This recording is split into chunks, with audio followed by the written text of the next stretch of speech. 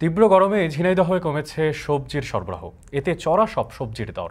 আর এতে বিপাকে পড়েছে ক্রেতারা আর ক্ষতির মুখে চাষিরা। ঝিনাইদহের নতুন হাটখোলা বাজারের সাপ্তাহিক হাট থেকে বিস্তারিত জানিয়েছেন আব্দুর রহমান মিল্টন। এই মুহূর্তে আমরা আছি ঝিনাইদহের নতুন হাটখোলা সাপ্তাহিক সবজির বাজারে। আমরা বাজার ঘুরিয়ে দেখেছি যে বেশিরভাগ সবজি বিক্রি হচ্ছে 50 থেকে 100 টাকা কেজি দরে।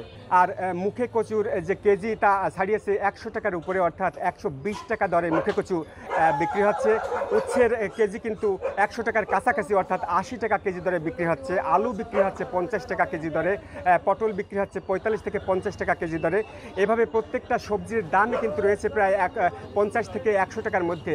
চাহিদা অনুযায়ী সরবরাহ অনেক কম থাকায় এই সবজির দাম বৃদ্ধি পাচ্ছে। আসলে ঝিনাইদহের উপর দিয়ে গত 1 মাসের বেশি সময় ধরে তীব্র তাপ প্রবাহ বয়ে চলছে। এই তাপদাহের কারণে কিন্তু বেশিরভাগ সবজি ক্ষেত মারা যাচ্ছে। কৃষকরা বলছে যেসব সবজির পাতা নরমযুক্ত সেই সব সবজির ক্ষেতগুলো কিন্তু শুকিয়ে মারা যাচ্ছে এবং মাঠের পর মাঠ তাদের ক্ষেতে প্রতি মুহূর্তে কিন্তু সব সবজির উৎপাদন কমছে। এই কারণে কৃষকরা কিন্তু পর্যাপ্ত সবজি বাজারে আনতে পারছে না। ঝিনাইদহের নতুন হাটখোলা বাজারে সবজির দাম বৃদ্ধি এবং সরবরাহ কম, এসব নিয়ে আমার কাছে এই ছিল সর্বশেষ খবরাখবর।